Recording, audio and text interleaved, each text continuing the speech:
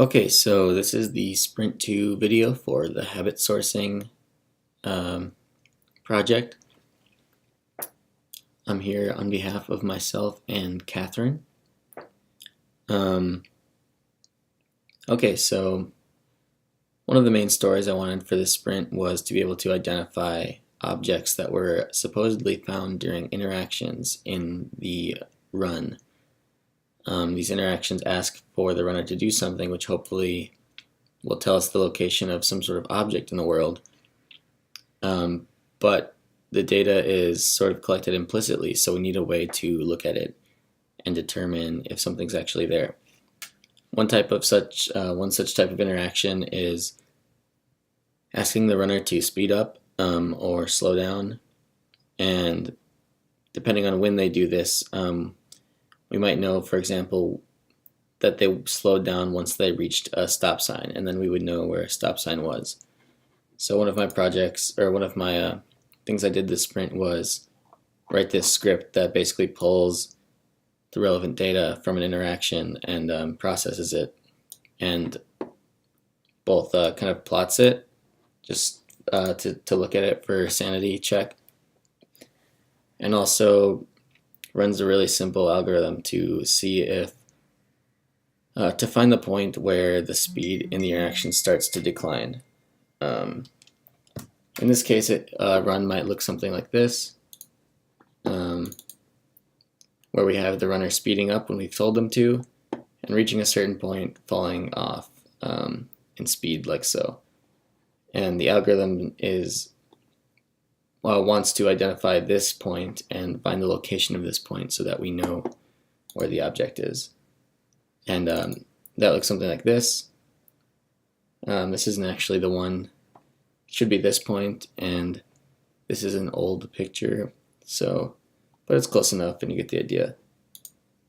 And when something like that is found in an interactions data, something like this gets saved in parse that looks like a object. It's called a world object. It has a label for what the data represents, where it is, and if it's been verified. Also where it was found, but if it's been verified, since we can't take one runner's findings as the ground truth, we might be able to use this later and see what's been not verified, and kind of try to lead other runners to that area to verify it.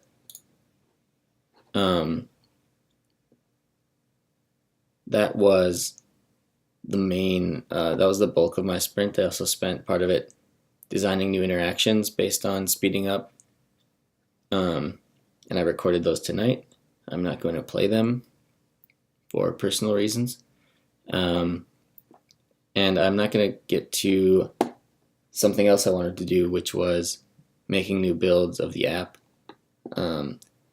I've still got some feedback coming in on the old versions, and I'm looking at that and making the adjustments to the app that the feedback calls for.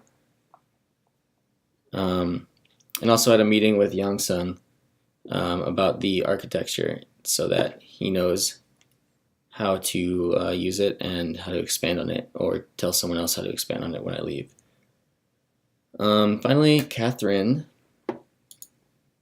this week worked on her URG proposal and is revising it based on Peter's comments. He wants to see more concrete evidence for the usefulness of the data we're collecting, based on citations from environmental scientists.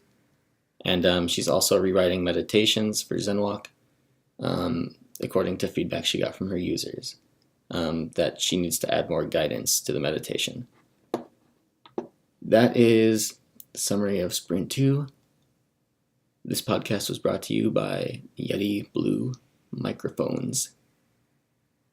This has been Sprint 2 Recap at 2013 Ridge Avenue. Henry Spindell signing off. Good night.